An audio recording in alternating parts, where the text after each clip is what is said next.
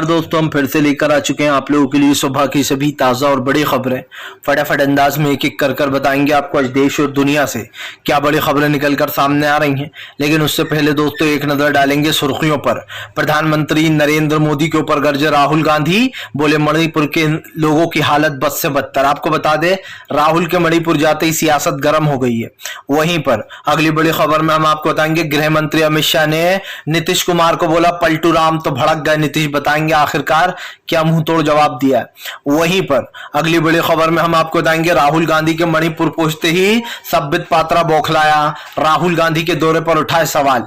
वहीं पर अगली बड़ी खबर में हम आपको बताएंगे, तेजस्वी यादव का गृह मंत्री अमित शाह के ऊपर बड़ा हमला, बोले बिहार के लोगों को भटकाने आती है बीजेपी, सिर्फ बिहार से सौतेला व्यवहार करती है। वहीं पर अगली बड़ी खबर में हम आपको बताएंगे दोस्तों, यूसीसी बिल पर फिर भड़के असदुद्दीन ओवैसी, बीजेपी को दे डाली चेतावनी, बताएंगे आखिरकार क्या बोला है ओवैसी ने। वहीं पर अगली बड़ी खबर में हम आपको बताएंगे, छत्तीसगढ़ में दोस्तों टीएस सिंह को डिप्टी सीएम बनाने के बाद कांग्रेस ने बड़ा खेल खेल दिया है, बताएंगे आखिरकार छत्तीसगढ़ में क्यों टीएस सिंह को डिप्टी सीएम बनाया, जिसके बाद बीजेपी बैकफुट पर आ गई है। वहीं पर अगली बड़ी खबर में हम आपको बताएंगे दोस्तों, दरअसल आपको बताते चले, महबूबा मुफ्ती का बीजेपी के ऊपर बड़ा हमला, बोले बीजेपी फैला रही है यूसीसी के नाम पर झूठ, बताएंगे आखिरकार क्यों ऐसा महबूबा मुफ्ती ने बोला। वहीं पर डीएमके के मंत्री को दोस्तों बर्खास्त करने पर सियासत हुई गर्म।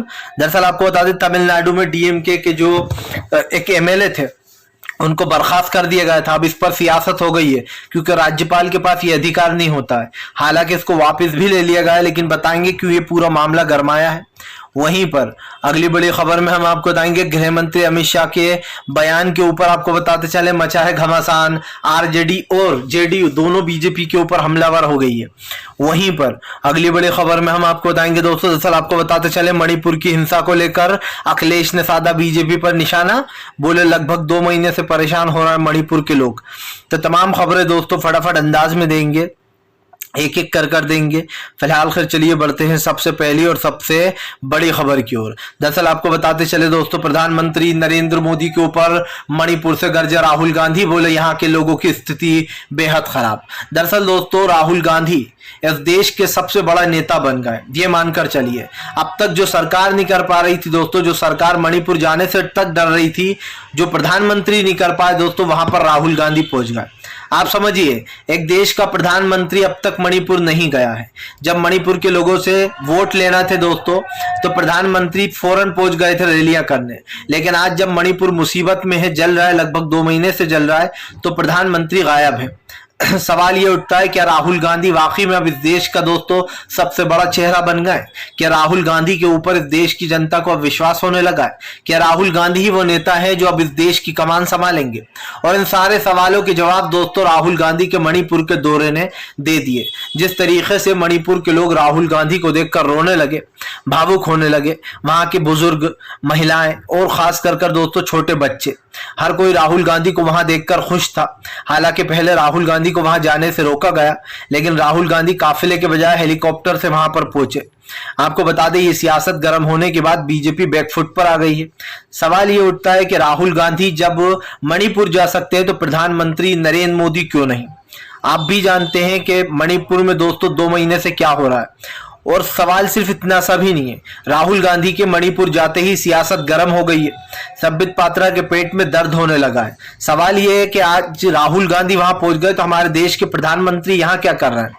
प्रधानमंत्री को विदेशी दौरों से अगर फुर्सत मिल जाती तो वो मणिपुर भी चले जाते, लेकिन राहुल गांधी इस देश का सबसे बड़ा चेहरा बन रहा है। आपको बता दें, आने वाली राजनीति में राहुल गांधी ही दोस्तों किंग मेकर बनेंगे। आप लिख के ले लीजिए, आने वाली जो राजनीति है वो राहुल गांधी के इर्द गिर्द घूमने वाली है, क्योंकि राहुल गांधी ने मणिपुर जाकर ये साबित कर दिया है कि वो किसी से डरते नहीं है, वो हर जगह जा सकते हैं। लेकिन हमारे देश के प्रधानमंत्री सिर्फ अमेरिका तक ही सीमित रहे, वो मणिपुर कभी नहीं गए। आप इतना ही नहीं, प्रधानमंत्री ने मणिपुर पर बोलना भी जो है मुनासिब नहीं समझा दोस्तों। अब तक प्रधानमंत्री ने मणिपुर पर अपना मुंह नहीं खोला है, एक ट्वीट नहीं किया है। सवाल ये उठता है, जब भी देश में कोई बड़ी आपदा आ जाती है या देश में कोरोना आ गया था, जब आपने देखा जब कोरोना की सिचुएशन थी, तब भी प्रधानमंत्री नरेंद्र मोदी बोलने से डर रहे थे, क्योंकि दोस्तों राजा को डर लगता है कि जब हमारे पास किसी सवाल का जवाब ही नहीं है तो हम जवाब क्या देंगे। इससे अच्छा ये है कि मौन होकर बैठ जाओ, क्योंकि अगर गलती से कुछ उल्टा सीधा जवाब दे दिया तो मामला और बढ़ जाएगा। चलिए बढ़ते हैं एक और अगली बिग ब्रेकिंग की तरफ। बता दोस्तों अगली जो बड़ी खबर निकल कर आ रही, प्रधानमंत्री नरेंद्र मोदी के ऊपर गर्जित तेजस्वी यादव, बीजेपी को याद दिलाए उनके घोटाले। दरअसल दोस्तों कल गृह मंत्री अमित शाह ने एक बयान दिया, उस बयान के ऊपर अब सियासत तेज हो गई है। जेडीयू और आरजेडी दोनों बीजेपी के ऊपर हमलावर हो गई है। गृह मंत्री अमित शाह ने कहा कि पलटू राम गिनवा रहे थे कि उन्होंने 9 साल में क्या क्या किया। पलटू राम यानी कि नीतीश कुमार। अब आप समझिए दोस्तों ये कह कौन रहा है, ये कह रहा है गृह मंत्री अमित शाह के नीतीश कुमार पलटू राम है। अभी लगभग 1 साल भी नहीं हुआ होगा, 8-9 महीने पहले तक बीजेपी नीतीश कुमार के साथ बड़े अच्छे से सरकार चला रही थी। जब खुद के अंडर में नीतीश कुमार थे तो सब कुछ ठीक था, लेकिन जैसे ही नीतीश कुमार आरजेडी के साथ गठबंधन कर लिया तो बीजेपी के पेट में दर्द होने लगा। और ये दर्द क्यों हो रहा है? क्योंकि उत्तर प्रदेश, सब जानते हैं उत्तर प्रदेश और बिहार ये 2 बड़े राज्य हैं और इन 2 राज्यों का दोस्तों लोकसभा चुनाव में सबसे बड़ा खेल रहता है। सबसे ज्यादा एमपी अगर कहीं से चुनकर जाते हैं तो वो उत्तर प्रदेश और बिहार ही है। ऐसे में दोस्तों इन 2 राज्यों पर फोकस करना चाहती थी बीजेपी, लेकिन एक राज्य बीजेपी के हाथ से निकल चुका है जिसका नाम है बिहार। अब सिर्फ उत्तर प्रदेश बीजेपी के अंडर में रह गया है। अब बीजेपी दोस्तों कंफर्म ये कोशिश कर रही है, लगातार कोशिश कर रही है कि वो किसी तरीके से नीतीश कुमार की सरकार को गिरा दे या इस गठबंधन में दरार डाल दे जिससे कि गठबंधन टूट जाए, पर ऐसा हो नहीं रहा है। इसीलिए गृह मंत्री अमित शाह इस तरीके के बयान दे रहा है। तेजस्वी यादव ने कहा कि गृह मंत्री अमित शाह आते हैं उन लोगों को झूठी पट्टी पढ़ाकर चले जाते हैं। जब बिहार के लोग बाढ़ में डूब रहे होते हैं तब गृह मंत्री अमित शाह का पता नहीं होता है। तेजस्वी यादव ने कहा कि बिहार के साथ ये लोग सुतेला व्यवहार करते हैं, बिहारियों के बारे में सीधी बातें बोलते हैं और फिर बिहार में ही आकर बिहार की राजनीति को अपना बनाना चाहते हैं। तेजस्वी ने कहा कि यह हरगिज नहीं होने देंगे। फिलहाल चलिए बढ़ते हैं एक और अगली बिग ब्रेकिंग की तरफ। बता दोस्तों अगली जो बड़ी खबर निकल कर आ रही है आपको बताते चले दोस्तों, यूसीसी बिल पर भड़क गए असदुद्दीन ओवैसी। बोले यूसीसी बिल पर बीजेपी देश में सिर्फ और सिर्फ जो है भ्रम फैलाना चाहती है और कुछ नहीं। आपको बता दें यूसीसी बिल पर ओवैसी लगातार हमलावर है, उन्हें जब जब मौका मिल रहा है वो यूसीसी बिल का विरोध कर रहे हैं। अब आप सोच रहे हैं कि यूसीसी बिल का विरोध क्यों कर रहे हैं? दरअसल दोस्तों यूसीसी बिल यानी कि यूनिफॉर्म सिविल कोड, आजकल इस पर राजनीति गरमाई हुई है। भाई अगर देखा जाए तो यूनिफॉर्म सिविल कोड दोस्तों इस देश में बहुत सारे धर्म हैं और सबके अलग अलग कल्चर होते हैं। जाहिर सी बात है वो उस कल्चर पर ही चलते हैं। मान लीजिए आप मुस्लिम हैं, आपके समाज में कुछ और धर्म है, आप उसके हिसाब से चलेंगे। आप हिंदू हैं, आपके समाज में कुछ और धर्म है, आप उसके हिसाब से चलेंगे। ऐसे ही क्रिश्चियन है और पंजाबी हैं और तमाम जितने भी लोग होते हैं उन सब की अलग अलग दोस्तों कास्ट है, अलग अलग रूल रेगुलेशन है। लेकिन यूसीसी यानी कि यूनिफॉर्म सिविल कोड का मतलब होता है दोस्तों कि देश में एक कानून होगा। मान लीजिए अगर आपके धर्म के हिसाब से आपका कुछ अलग चीज करते हैं आप, तो आपको यूसीसी बिल यानी कि यूनिफॉर्म सिविल कोड ये आपको अनुमति नहीं देगा कि आप जो है अपने धर्म के हिसाब से उसको करें। इसका ही मतलब है यूनिफॉर्म सिविल कोड, मतलब कि सबको एक ही हिसाब से चलना पड़ेगा। अब इस पर सियासत गर्म हो चुकी है कि आप लोगों के धर्म में घुसने की कोशिश क्यों कर रहा हो। आपको याद होगा 3 तलाक वाला मामला जब उठा था, जब बीजेपी ने एक बिल पास कराया था, उसमें बीजेपी ने कहा था कि हम महिलाओं के लिए ये कर रहे हैं ताकि महिलाएं सुरक्षित रहें। लेकिन आप समझिए आज भी दोस्तों 90% लोग ऐसे होंगे मुस्लिम जो कि 3 तलाक बोलने के बाद अपनी वाइफ को तलाक दे देते हैं, वो बीजेपी का कानून नहीं मानते। तो इस कानून बनने से कोई फायदा तो हुआ नहीं, मुस्लिम उसी के लॉ के हिसाब से ही चलता है जिससे चल रहा था। और ऐसे ही ओवैसी ने कहा कि इस यूसीसी बिल का भी हम विरोध करते हैं, इसका भी कोई मतलब नहीं है। लेकिन बीजेपी सिर्फ लोकसभा और राज्यसभा चुनाव को मद्देनजर रखते हुए राजनीति कर रही है। फिलहाल चलिए बढ़ते हैं एक और अगली बिग ब्रेकिंग की तरफ। बता दोस्तों अगली जो बड़ी खबर निकल कर आ रही, छत्तीसगढ़ में दोस्तों गरमाई सियासत। टीएस सिंह को डिप्टी सीएम बनाने के बाद बीजेपी आ गई है बैकफुट पर। दरअसल दोस्तों जब कोई फ्रंट फुट पर खेलता है ना तो उसे बड़ा मजा आता है, लेकिन जब कोई बैकफुट पर आ जाता है तो फिर वो सोच में पड़ जाता है कि ये क्या हो रहा है। और ऐसा ही हाल दोस्तों बीजेपी के साथ हो गया। बीजेपी को लग रहा था कि इस बार छत्तीसगढ़ में हम टीएस सिंह और भूपेश बघेल के बीच में लड़ाई लड़वाएंगे और मजा हम लूटेंगे छत्तीसगढ़ का चुनाव जीतकर। लेकिन यहां पर कांग्रेस ने उल्टा ही दांव खेल दिया, कांग्रेस ने बीजेपी को मात दे दी। क्योंकि दोस्तों अब तक जो टीएस सिंह और खास करके माना जाता भूपेश बघेल के बीच में खींचातानी चलती है। अब ये मामला बदल गया है क्योंकि टीएस सिंह को डिप्टी सीएम का पद दे दिया गया है और उसके बाद वहां की छत्तीसगढ़ की सियासत भी गर्म हो गई है। आप सब जानते हैं कि जल्द ही 5 राज्यों के चुनाव होने वाले हैं। इस 5 राज्यों में कौन कौन से राज्य हैं? मध्य प्रदेश, छत्तीसगढ़, राजस्थान, महाराष्ट्र और तमिलनाडु। ये 5 राज्य हैं जहां पर हाल ही में चुनाव होंगे। हाल ही का मतलब अभी लगभग 4-5 महीने बाद होंगे। लेकिन दोस्तों सवाल वही है कि जैसे ही किसी राज्य में चुनाव आता है तो बीजेपी अपनी रणनीति बनाना शुरू कर देती है। हालांकि बीजेपी की जो पहले की रणनीतियां हुआ करती थी दोस्तों, अभी एक हम कह सकते हैं 5-6 महीने पहले की, वो कांग्रेस से आगे सोचती थी। लेकिन कांग्रेस ने अब बीजेपी को मात दे दी है। उसने हिमाचल का चुनाव जीतने के बाद अपनी रणनीति ही बदल दी और उसके बाद उसने इतना बड़ा राज्य कर्नाटक जीत लिया, वो भी छोटी मोटी बहुमत से नहीं, बहुत बड़ी बहुमत से। और ये कहना गलत नहीं होगा कि कांग्रेस के पास अब बीजेपी का तोड़ निकल चुका है। और ये बात भी है कि राहुल गांधी की भारत जोड़ो यात्रा ने राहुल गांधी की जो एक पप्पू वाली छवि बना रही थी बीजेपी, जो उनकी एक तरीके से रेपुटेशन की बैंड बजाने पर तुली हुई थी, उस रेपुटेशन को कहीं ना कहीं राहुल गांधी ने भारत जोड़ो यात्रा से डैमेज कंट्रोल को रोक लिया। तो यह कहना गलत नहीं होगा कि फिलहाल राहुल गांधी की भारत जोड़ो यात्रा ने उनके लिए काफी बड़ा काम किया था। चलिए बढ़ते हैं एक और अगली बिग ब्रेकिंग की तरफ। बताया दोस्तों अगली जो बड़ी खबर निकल कर आ रही है, आपको बताते चले दोस्तों, गृह मंत्री अमित शाह के ऊपर भड़के नीतीश कुमार। बोले बिहार में आकर कोई कुछ भी बोल जाता है, हमें इससे कोई फर्क नहीं पड़ने वाला, बिहार की जनता हमारे साथ है। आपको बता दें नीतीश कुमार को, जैसे कि मैंने आपको बताया कि नीतीश कुमार को गृह मंत्री अमित शाह ने जो है पलटू राम बोल दिया, जिसके बाद नीतीश कुमार ने कहा कि जब तक हमारे साथ सत्ता में थे तब तक सब कुछ ठीक था, जैसे ही हम बीजेपी से बाहर आ गए वैसे ही हम पलटू राम लगने लगे हैं। यही नहीं, नीतीश कुमार ने कहा कि हमें कोई फर्क पड़ता नहीं है बिहार में आकर कोई कुछ भी बोलकर चला जाए। सवाल ये है दोस्तों कि बिहार की राजनीति अभी भी वैसी है जैसे इससे पहले थी, लेकिन अब अच्छे काम हो रहा है क्योंकि जाहिर सी बात है गठबंधन में बीजेपी के बजाय आरजेडी आ गई है, यानी कि लालू प्रसाद यादव की पार्टी। ऐसे में जब दोस्तों तेजस्वी यादव पूरी कमान संभाले हुए डिप्टी सीएम की, तो बीजेपी को बुरा लग रहा है। नीतीश कुमार ने कहा कि फिलहाल बीजेपी के लोग देश का इतिहास बदलना चाहते हैं, इनके हिसाब से जो देश का इतिहास है वो गलत है। नीतीश कुमार ने कहा कि विपक्षी एकता से बीजेपी घबराई हुई है और उसे गठबंधन से डर लग रहा है जो तमाम विपक्ष एक साथ आया है। जाहिर सी बात है दोस्तों, विपक्ष के जो वोट परसेंटेज है वो काफी ज्यादा है। अगर लोकसभा में सही तरीके से चुनाव लड़ा गया, खास करके जो है 2024, तो आप ये समझिएगा कि बीजेपी को एक बड़ा झटका लगेगा, खास करके उन 215 सीटों पर दोस्तों, यानी कि 251 सीटों पर जहां पर बीजेपी अड़ जाएगी, यानी कि यहां पर पेच बीजेपी का अड़ेगा, क्योंकि ये वो सीटें दोस्तों जहां पर बीजेपी और कांग्रेस में सीधी लड़ाई होना है।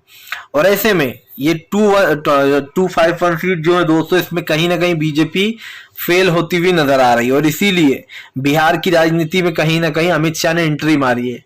चलिए बढ़ते हैं एक और अगली बिग ब्रेकिंग की तरफ।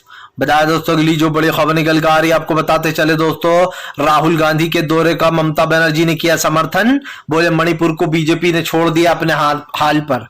दरअसल आपको बता दें, ममता बनर्जी ने मणिपुर का समर्थन करते हुए बीजेपी को घेर लिया है। ममता बनर्जी ने मणिपुर में राहुल का समर्थन करते हुए कहा कि मणिपुर के लोगों को अकेला छोड़ रखा था, ऐसे में वो भी मणिपुर के लोगों के साथ उनकी सहानुभूति है। ममता बनर्जी ने कहा कि वहां के लोग बहुत परेशान हैं, 2 महीने से वहां पर लगभग जो चल रहा है उसको लेकर ममता बनर्जी बहुत परेशान दिखी। आपको बता दें, ममता बनर्जी ने बताया कि किस तरीके से मणिपुर को बीजेपी ने अपने हाल पर छोड़ दिया।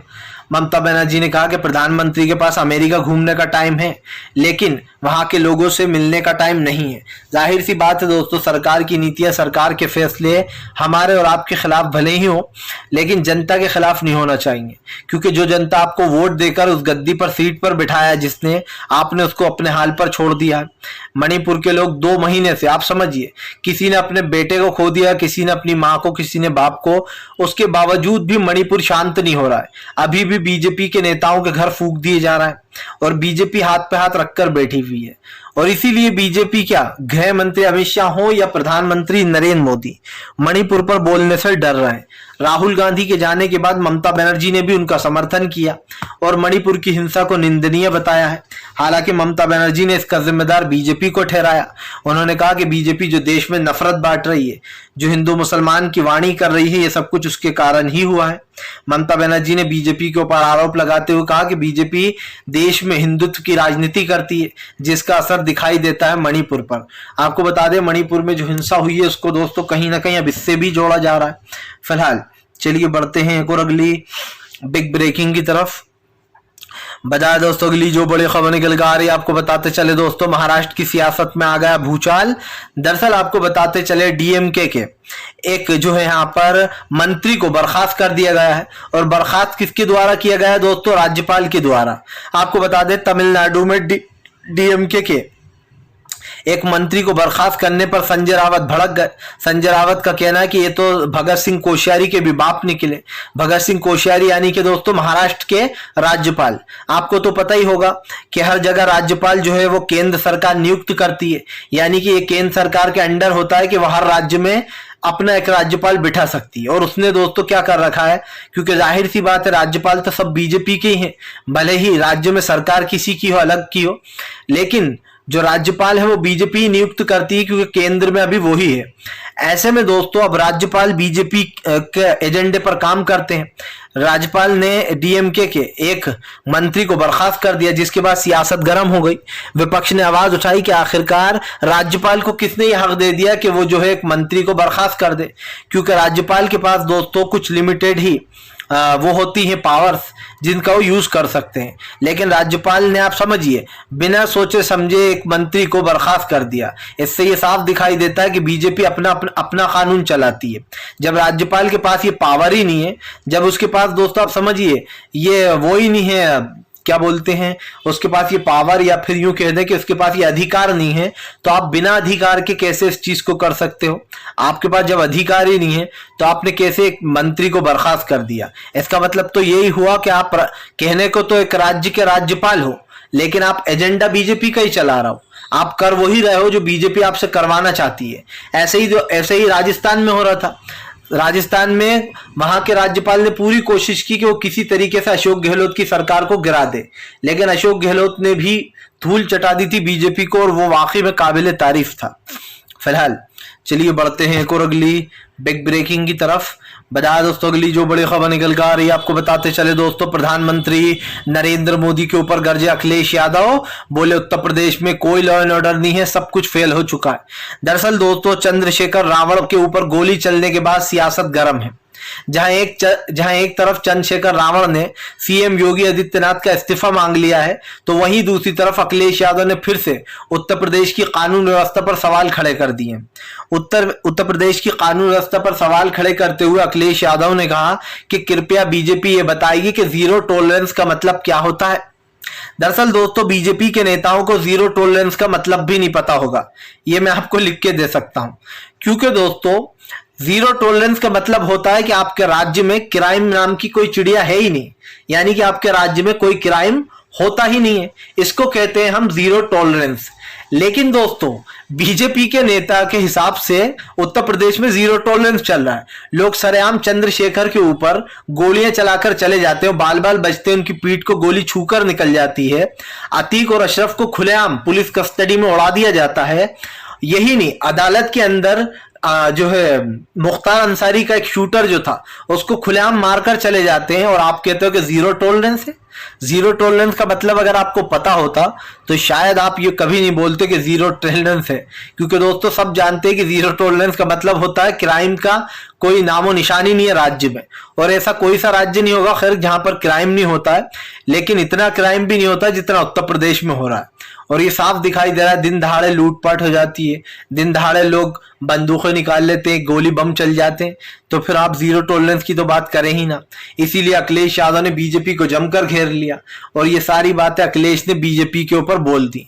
ये मेरे लफ्ज नहीं है, ये अखिलेश यादव ने बीजेपी के ऊपर हमला बोला है। और जाहिर सी बात है जब अखिलेश सवाल उठा रहे हैं तो उनका मतलब साफ है कि बीजेपी जीरो टॉलरेंस के नाम पर जनता को बेवकूफ बनाती रहे।